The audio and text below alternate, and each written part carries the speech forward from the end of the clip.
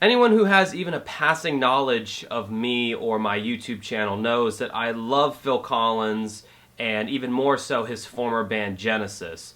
Phil's music was a part of my childhood, and Genesis is a huge influence to me as a musician and are one of my top favorite bands of all time.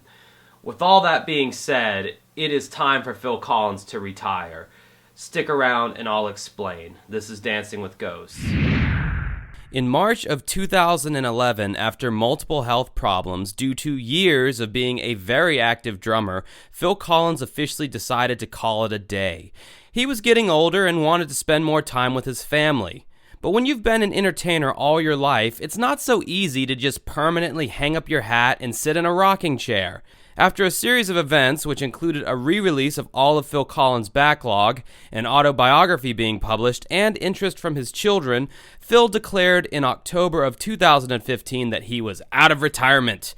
A new tour and album were planned, and there were even talks of a short series of Genesis reunion shows. And you would think, for someone like me who loves him some Phil Collins and Genesis, that this would be fantastic news, right? Well, then a sad little thing called reality hit me, and I realized that Phil Collins probably should have stayed in retirement.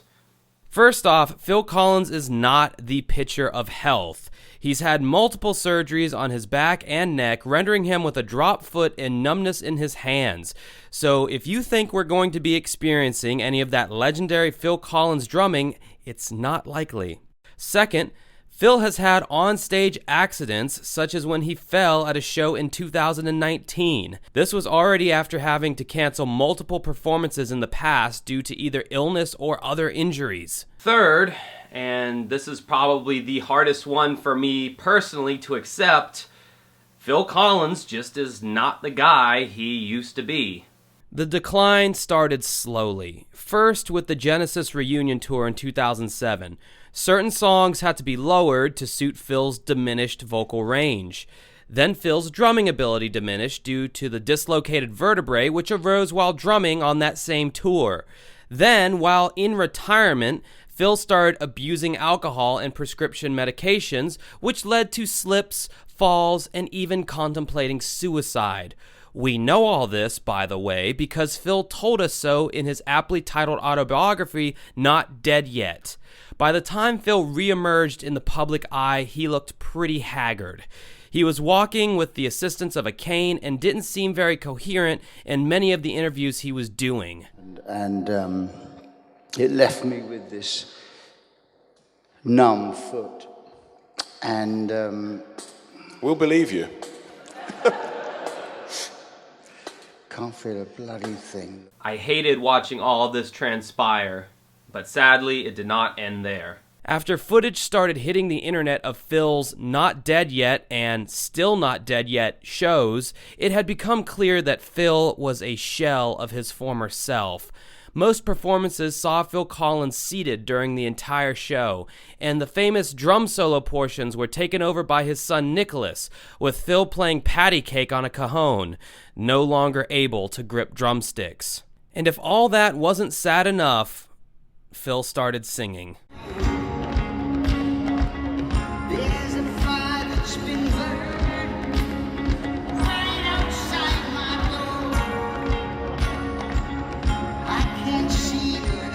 That powerful, passionate Phil Collins tone has been reduced to a thin, elderly squawk. The irony of these heartbreaking images are compounded by the fact that Phil is singing lyrics about love and loss.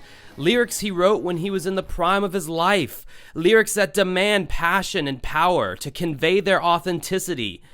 What we have now is a man who is simply, in every sense of the word, going through the motions. Artistically, Phil Collins has nothing new to say. He's not writing new material that is appropriate for what he's going through currently. He's just performing, because that's what people have been demanding of him this entire time. And as a true entertainer, he's doing his goddamn best to give people what they want. But it's just sad now, and everyone can see it. Even the most die-hard Phil Collins fans know deep down that they are watching this man fall apart on stage. Time is a lot kinder to other performers, but drummers always fare the worst. It's a very physical activity, and when you've been doing it for 55 years, like Phil Collins, it's going to take a toll on your body. There's no escaping it.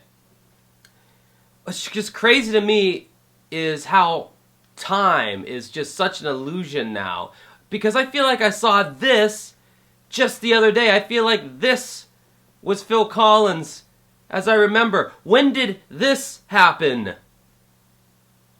Time is a bitch. I'm making this video because I had the utmost respect, have the utmost respect for Phil Collins. And I want to see him live out the rest of his years in a healthy, safe way. Fuck what the fans want at this point.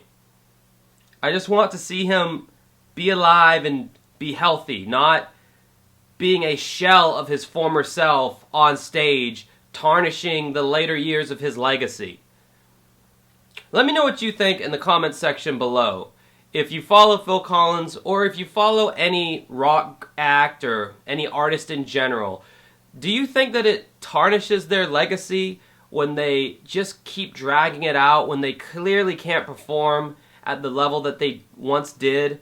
I'm starting to have a lot more respect now for bands that know when to call it a day.